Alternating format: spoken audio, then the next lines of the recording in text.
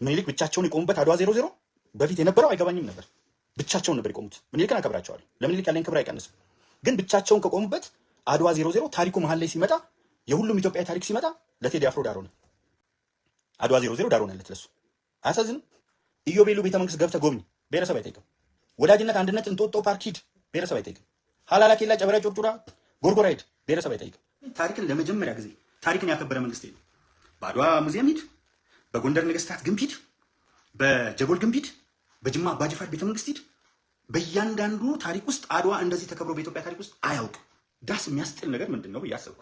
መጀመሪያ ቤተ መንግስት ውስጥ እንግባ።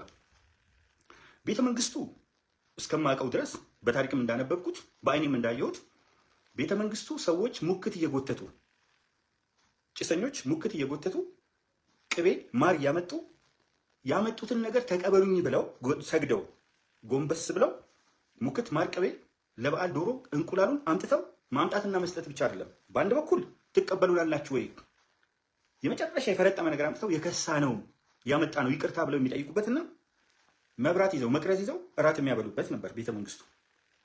ያው የግፍ ቤተ መንግስት ኃይለ ሥላሴ የተቀበሩበት እና ምናለቅሰው ኃይለ ሥላሴ ስለተቀበሩበት ይሆን ዳስ የምንጥለው? አሁን ላይ ክቡር ጠቅላይ ሚኒስትር ዶክተር አብይ አህመድ ከመጣ በኋላ ለምሳሌ ቤተ መንግስቱን አስመልክቶ ዳስ የምንጥለው ያ ሁሉ ግፍ ስለተፈጸመበት ነው። አፄ ኃይለ ሥላሴ ከደርግ ሽንት ቤት በታች ስለተቀበሩ ድንገት እሱ ትዝ ብሎን ይሆን ዳስ ጥለን የምናለቅሰው? ወይስ አቡነ ቴዎፍሎስ ስለተረሸኑበት ይሆን ዳስ ጥለን የምናለቅሰው? ለቅሶ አልገባኛለን ሪል አልገባኛለን። አሁን የትኛው ለቅሶ ነው? ሁሉም ኢትዮጵያ መርቶ ስለመጣ ሀቁ አነጋገር እስቲ ፖለቲካሊ ፓትሪያርኩ ለተገደሉት ፓትሪያርክ ለአቡነ ቴዎፍሎስ ደርግ ለገደላቸው ህወሓት ላባረራቸው ፓትሪያርክ አቡነ መርቆሬዎስ በስደት ኖረው ተለጉሞ መጥተው ለሞቱት ለሳቸው ከሆነ የሚለቀሰው ለቅሶ ዳስ የሚጣለው ጥሩ አሁን ይገባኛል ነው። አሁን ቤተክርስቲያን ተከብራ ደርግ የወረሳትን ህወሓት ያስቀጠለውን ጽህፈት ቤቶች ተመልሶ አዲስ ጽህፈት ቤት ደግሞ ሰርተው ክብርት ቀዳማዊት እመቤት እና ጠቅላይ ሚኒስትሩ አስረክበው ለመስቀል በዓል 8 ሚሊዮን ተመድቦ ኦርቶዶክስ ቤተክርስቲያን የጠየቀቻቸው ቤተክርስቲያኖች በየቦታው ተፈቅዶላቸው ተተክለው አብያተ ክርስቲያናት ተከፋፍሎ የነበረው ሲኖዶስ አንድ ሆኖ ይህንን ያደረገና በየክልሉ የሮጠ መሪ ተሯሩጠው ሁላችሁም አንድ ናችሁ። ድሮ ሀገሪቱ አሁን እንኳን ጋዜጠኞቻችን ይዘው ሀገሪቱ ነው የሚሉት፣ ፖለቲከኞቻችን ሀገሪቱ ሀገራችን ማለት እንኳን ተጸይፈዋል። ኢትዮጵያ የሚለው ስም አይጠራም። ኢትዮጵያ የሚለውን ስም ደግሞ ደጋግሞ የጠራው ዶክተር አብይ ፊት ለፊት።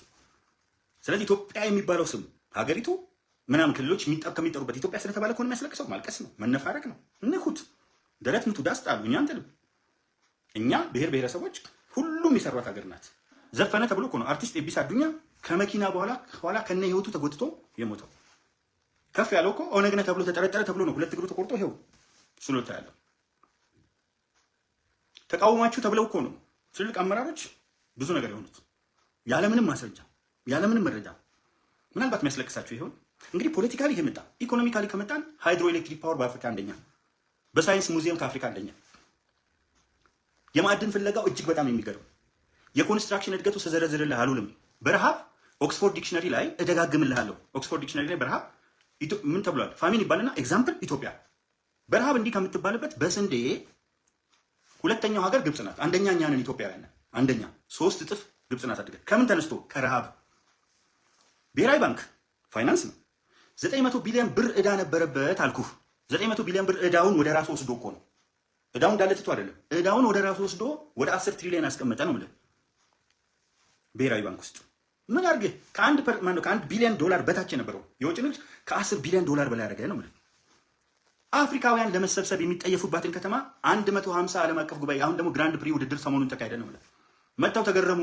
እኛ ስንመጣ ጭራሽ አልጠበቅንም አሉ። የፊፋ ብለው የምን ብለው የአትሌቲክስ የዓለም አትሌቲክስ የተለያዩ አይነት እንትኖች አስተያየት ሰጡ። እንዲህ አይነት ሀገር አይተናናቅም አፍሪካውያን በሙሉ።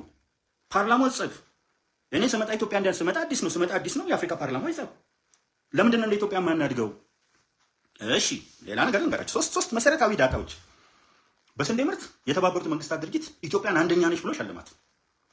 በአረንጓዴ ልማት ግሪን ሌጋሲ የደን ሽፋን ከ3% በታች ወድቆ ተራቅቶ የነበረውን 48 ቢሊዮን ችግኝ ተክሎ 25 ሚሊዮን ህዝብ አንቀሳቅሶ የተባበሩት መንግስታት ድርጅት ሸለመው ነው ማለት። የተባበሩት መንግስታት ድርጅት አልቅሱ። ያስለቅሳል።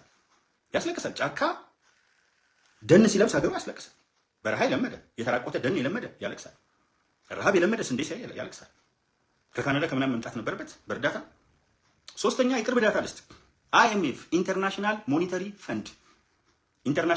ፈንድ ምን አደረገ? በጣም የሚያስቀኝ ነገር አለ። ኢንተርናሽናል ሞኔታሪ ፈንድ ኢትዮጵያ በዚህ ዓመት 2026 በግሪጎሪ ዘመን አቆጣጠር በምዕራባውያን አቆጣጠር ወይም በተለምዶ የአውሮፓውያን አቆጣጠር በምንለው የአቆጣጠር ሂደት ውስጥ በግሪጎሪ አቆጣጠር 2026 ፕሮጀክሽን ሲያስቀምጥ ወደፊት ምን ይሆናል ብሎ ፕሮጀክሽን ሲያስቀምጥ ኢትዮጵያ 9.2% አድጋለች አለ። ያዙልኝ 9.2% አይቶ በኢኮኖሚክ ኢንዲኬተርስ። ሁለተኛዋ ሀገር 8% እንኳን አታድግም። ከ55ቱ 54ቱ 53ቱ የአፍሪካ ሀገር ውስጥ ሁለተኛው ሀገር 8% እንኳን አትደርስም። ኢትዮጵያ ብቻ ናት 9.2% የምታድገው። በዚህ ግዙፍ ኢኮኖሚ ላይ 9.2% ማለት ሌላ ትልቅ ነገር ነው። ይህን መሰከረ። አንድ ደግሞ የሃይቲ እንትን ኢትዮጵያ እድገቱን ሊተች ሲሞክር እንዴ ቆይ እቺ ሃይቲ የምትባለው ሀገር የእሷ ሰው ነው የእሷ ተወላጅ ነው እና እንደው ኧረ ስለ ኢትዮጵያ ይሄን አለ ብዬ ቻት ጂፒቲንም ኤአይንም ተጠቅሜ ኧረ ምን ጉድ ነው እንደዚህ ያሉን እና እነሱና እኛ እንዴት ነን ብዬ ጠየቅኩኝ። ስጠይቅ ሃይቲ እድገቷ ከዜሮ በታች ኔጌቲቭ ነው አለኝ። ይኸው የሃይቲ እድገትና የኢትዮጵያ ብዬ ነው አነጻጽሬ ኮምፔር ብቻ ሳይሆን ኮንትራስትም ተጠቅመህ አሳየኝ አልኩት። ከዛ ሊጨምሮ ይላል እንደምታውቁት ኤአይም ቻት ጂፒቲም አዎ ጨምርልኝ እያልኩ ስመለከት ሃይቲ ወደ 80%ቱ በምንድን ወሮበሎች የተያዘ ነው ኢኮኖሚው። 20% አይሆንም። በዓለም ላይ ዲስታቢላይዜሽን ያለባት ትልቅ የጋንግስተሮች ሀገር ናት። ከሱ መጥተው ኢትዮጵያን ይተቻል፣ ከፈሉት ያስተቹታል። ግን አይኤምኤፍ ኢንተርናሽናል ሞኔታሪ ፈንድ እዚህ ትልቁ እንትን ኢትዮጵያ 9.2% አድጋለች አለ። ምን ላድርጋችሁ? ዳስ የሚጥሉት በሙሉ አንድ ስራ ሰርተዋል ለሀገራቸው።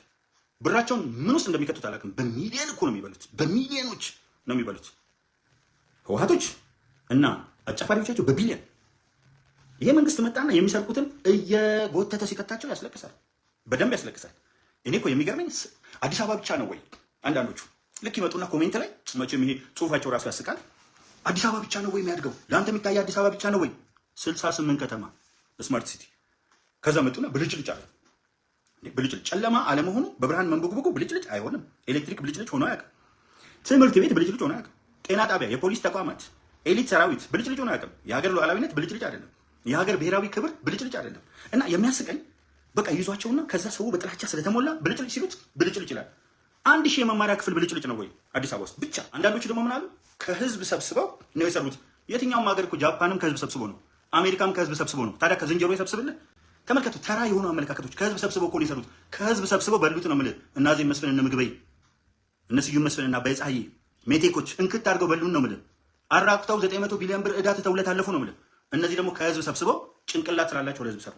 1000 የመማሪያ ክፍሎች ተሰሩ። የት? አዲስ አበባ ውስጥ በአንድ ዓመት 19000 ፕሮጀክቶች ተጠናቀቁ። የት? አዲስ አበባ ውስጥ። ያስለቅሳል። ሆኖ ሰምተን እንኳን አናውቅም።